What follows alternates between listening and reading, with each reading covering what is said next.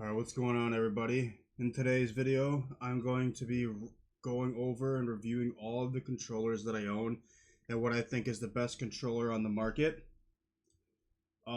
So the first thing we're going to do is we're going to pull up the gamepad joystick latency tester right here. And I'm going to tell you basically what I believe and what I know. Well, not what I believe, what I know is the best controllers on the best controllers on the market. So the first things first is we gotta do this. We gotta go cable. You guys can't see my screen, but I'll tell you. So number one right now in terms of joystick latency, the number one controller right now is the ZD Ultimate Legend, which can be used Bluetooth, cable, Android. The lowest input for every controller will always be through cable, and then through dongle. If you have like a 2.4 gigahertz dongle, Bluetooth will always have a slight input delay, so you never really want to play Bluetooth if you're playing competitively.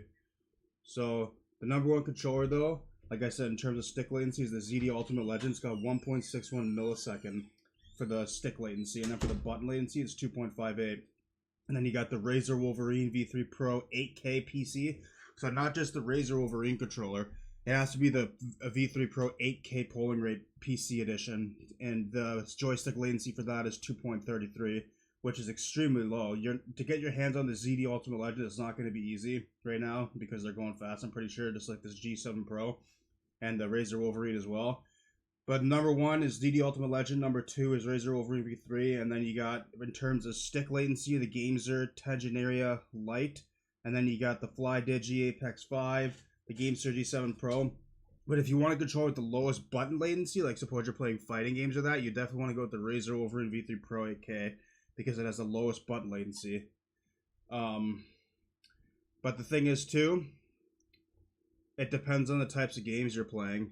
So, it all depends, like, if you want stick latency or you want button latency. But yeah, for sure, number one is ZD Ultimate, number two is Razer Wolverine, three is Gamezer Tegenaria Lite, and then four, FlyDigi 5, and then five is Gamezer G7 Pro. Now, if you're talking about the best bang for its budget, for a buck, Gamezer G7 Pro is definitely the number one because it's in Canadian it's 100, maybe like American it's like 80, 70, 80 or something like that, but it's got like pretty much the same specs as the Razer Wolverine V3 Pro 8K, which is 300 down here, probably about 200 down for you guys in the States, for a lot of people in the States. But like I said, if you want to choose between one or the other, it depends on your budget. If you have no budget, then yeah, definitely go for the Razer Wolverine V3 Pro 8K because it's got some better features, like the mouse click triggers are better. I believe the D-pad is better, and the clicky feeling on some of the buttons. But if you're trying to get the bang for his buck, Gamezer G7 Pro, it's got very similar specs where you won't even, the human eye won't be able to notice it, and it's way cheaper. Okay, so now that we got into that, I'm gonna get onto the best controller that I own right now, which is the 8-bit Do Ultimate 2, this controller right here. I added like little attachment, control freak attachments on the sides and the grips and the thumbsticks, I mean. And it's got the lowest stick input latency for all the controllers I own. It's not number one. Number one, like I said, is the VD Ultimate, or the ZD Ultimate Legend and the Razer Wolverine.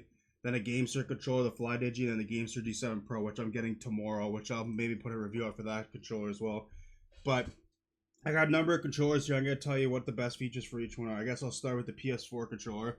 The PS4 controller, probably the best feature for it is the way it feels in the hands and how small it is, and how light it is. So it's really convenient. If you guys want paddles, you can go and get custom PS4 controllers made with paddles too. This controller here is just generic. There's no paddles. It's just a generic PS4 controller. The only thing that'd be good about it is probably the feeling of it, and the sticks are really nice too, but not the greatest. No mouse click triggers, nothing like, it's just base, right? So it's a good controller if you guys are playing for a long period of time because your hands won't hurt because of the size of it. So yeah, get rid of this one first. That's the first one we're going over. The second one is just a standard Xbox controller. As you can see, it's a little dirty. This has wear and tear. This controller, the only thing that's good about this controller is pretty much nothing, actually, to be honest, other than the D-pad. D-pad is nice and clicky. The controller's battery, which you don't want battery nowadays, to be honest, because you want to just be able to plug it in if it dies and not have to go run downstairs to get batteries. I like the sticks on these controllers, though. They're really nice. They're really loose. And And then we'll go ahead and we'll review. I'll leave the best ones for last. So I guess the next one would probably be the Xbox Series Elite 2 controller. Now the thing I like most about this one, actually I'm missing a paddle for this. Let me just grab that paddle.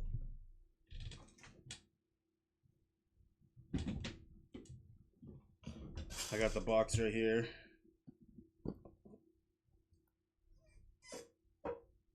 Pull that paddle out. So I got the controller that comes with the kit that has like everything in it. As you guys can see, I got like a bunch of extra thumbsticks, a D-pad, a thing that you can use. Now, one thing I do like about this controller is you can change the tension on it. So I could take the thumbstick just breaks up. That's the best part of the controller, is it just everything just comes off easily. The D-pad, the thumbsticks just pop off. The thing I do like about this is it's got removable paddles and it's got multiple. It's got 4 of them. It's got trigger stops. I don't really like the mouse click triggers on this controller, but the best part about this controller is the fact that it has removable paddles and just the whole controller can just be removed like it's nothing. Like, look at this. Boom, out. The thing I don't like about this controller is it's just potentiometer sticks, so it's prone to getting stick drift eventually. Right now it doesn't have very bad stick drift, but it really moves left and right when I'm trying to shoot. But yeah, this controller is nice because of those features. Stick latency, I would not, if you want to be a competitive gamer, esports, just anything, you do not want to use this controller. This controller will set you back a lot because of the input latency for the joysticks. Yeah, so there's that. There's and the nice thing too is you can use it on the Xbox. Not all these controllers are licensed for Xbox, like this one right here. The Ghoulie kit is not licensed for Xbox. So the next one I'm going to go over is I got the GameSir G7 SE and the GameSir G7 HE, which the GameSir G7 HE is the newer model of the SE, but the HE, for some reason, isn't as good as the SE because the joystick latency is way worse. So they went and made a better controller, but got rid of some of the other stuff, and then in doing so, the joystick latency was decreased a lot. I like this controller because it's 1000 hertz polling rate. It's got Hall effect sticks, so you'll never get stick drift, and it's just a nice feeling controller. And it's very, very responsive. The GameSir G7 HE isn't as responsive in terms of joysticks, but the sticks feel nice. Is the only thing that's different is they added like tactile buttons where they're clicky buttons, and there's a couple other things, but nothing like huge. That's like a game changer for the controller. So you got the SE and the HE.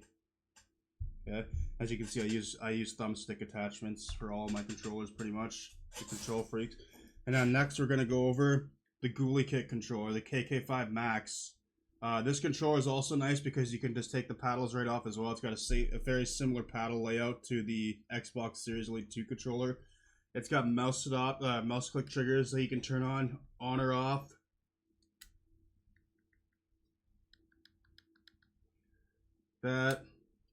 So it's a fairly nice controller.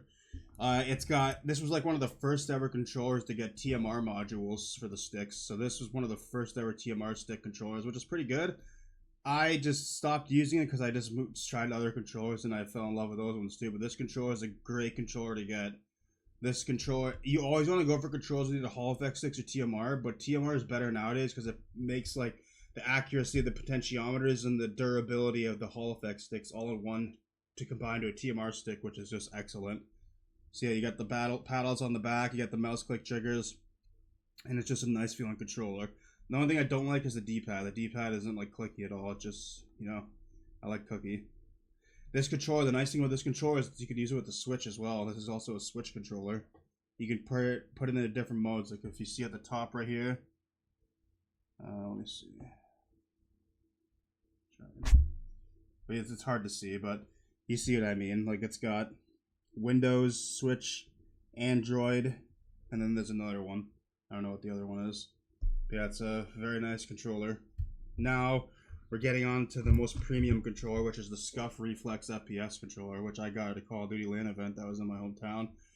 This controller is probably the best controller for Call of Duty. If you want to get a controller for Call of Duty, get this, but you want to get the newer ones. The newer ones have TMR modules now. This one still has potentiometer modules, so eventually, this controller is going to get stick drift if I continue to play on it, and it's just not as accurate as a TMR stick. So there's no point in me using this when I can use the 8-bit Do controller with TMR sticks, and it'll be way more accurate, way faster.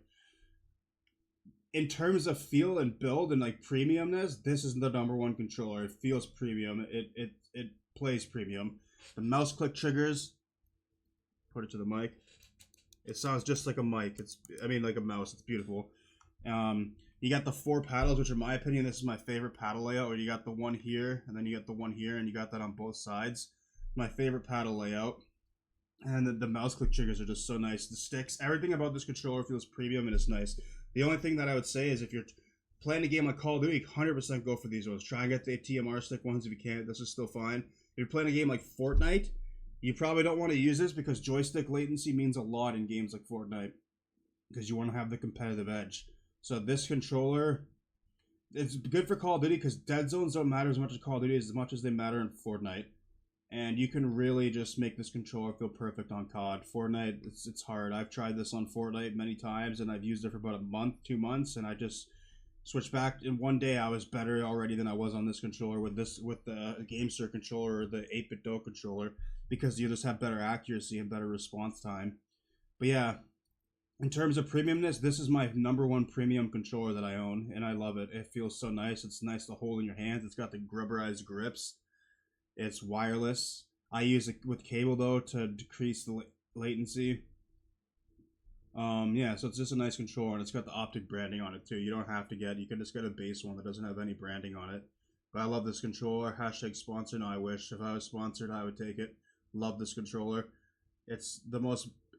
It feels like the best controller I've ever held in my life. It feels like how much it costs because it was expensive. It was, for me, it was like $380 with taxes in Canada. And then you got this controller. I forgot about this one as well. This one's for mobile. You just attach your phone onto it. This is a GameSir controller as well. One of the first ever GameSir controllers they made like this. And I would recommend, if you're going to play on phone, getting a controller similar like this as well. Because if you get the Bluetooth ones, there's latency. But if you get this one here that plugs directly into the port for your phone, and then you can just plug the charger in the side here, it's perfect because you get low latency, like hardly any latency. It just feels like it's just how things should feel when they're just plugged in. Now I would go for a newer model because this one doesn't have paddles, but it's still overall a good controller. I do have slight stick drift, but you can get rid of that easily by just probably recentering. I don't know if they have an app for this, but if not, then I don't know. Stick drift's not as big of a deal on mobile games as it is on regular. But yeah, you can use this. You could like plug your phone in cloud stream, and you could play like cloud games with it too if you play mobile cloud games. But yeah, if you're going for this type of control, you want to get one that plugs right in, so it minimizes the latency from controller, the feedback from the controller to the system. But yeah, I definitely recommend. Overall, I think the GameSir wins the controller wars. And then you got my favorite controller that I own in terms of joystick latency is the 8-bit Do Ultimate 2, which it's a bang for its buck. This controller is cheap. It's less than $100, and it's got all the features that the Scuff does. The only thing I did is I added on my own grips, but tomorrow I'm getting the GameSir G7 Pro, and it's gonna have its built-in grips. So yeah, this controller is good. It's got the mouse click triggers. It's a TMR stick module, the newest TMR stick module. It's got 2 paddles on the back and 2 bumper paddles as well, which are really nice for people that play claw grip. The D-pad is nice. This controller also has modes where you can use this Bluetooth, 2.4 gigahertz, or cable. I prefer cable for everything. I would recommend using cable as well if you're playing like competitively and you want the competitive edge. But yeah, so this controller as well is my #1 controller that I own, other than in terms of joystick latency. If you're talking about build quality and how it feels in the hands, the Scuff controller takes the cake. So the best budget controller would 100% be the 8-bit Do controller or the GameSir controller. The best premium controller, if you don't have a budget, definitely go for the Scuff. Or go for that Razer. If you're on PC, go for the Razer controller. This controller is a PS5 controller, so obviously only PS5 and PC. But the Razer controller is only PC as well. This controller works with mobile and PC. It might work with Switch as well, I don't remember. This one here works with Switch, PC, Android, everything. These two controllers are wired, so they only work for Xbox and PC. The Xbox Series only 2 works for Xbox and PC. The PS4 obviously only PS4, and the Xbox obviously only Xbox. I have a couple other controllers too, but there's nothing like premium other than the ones I have here. So yeah, that's it, guys. If you guys enjoyed the review, make sure to subscribe and comment and like the video if you guys want to see more of this kind of content on this channel. Yeah, so I guess the guys got you covered in terms of controllers, because I have it pretty much every controller, except for some of the newer ones. And again, the Gamester G7 Pro here soon, and the Razer controller, I'm going to get that probably for Christmas. So yeah, if you guys like the video, make sure to drop a comment and let me know. Support is very appreciated. Alright, thanks everyone for watching, and I'll see everyone in the next video. Peace.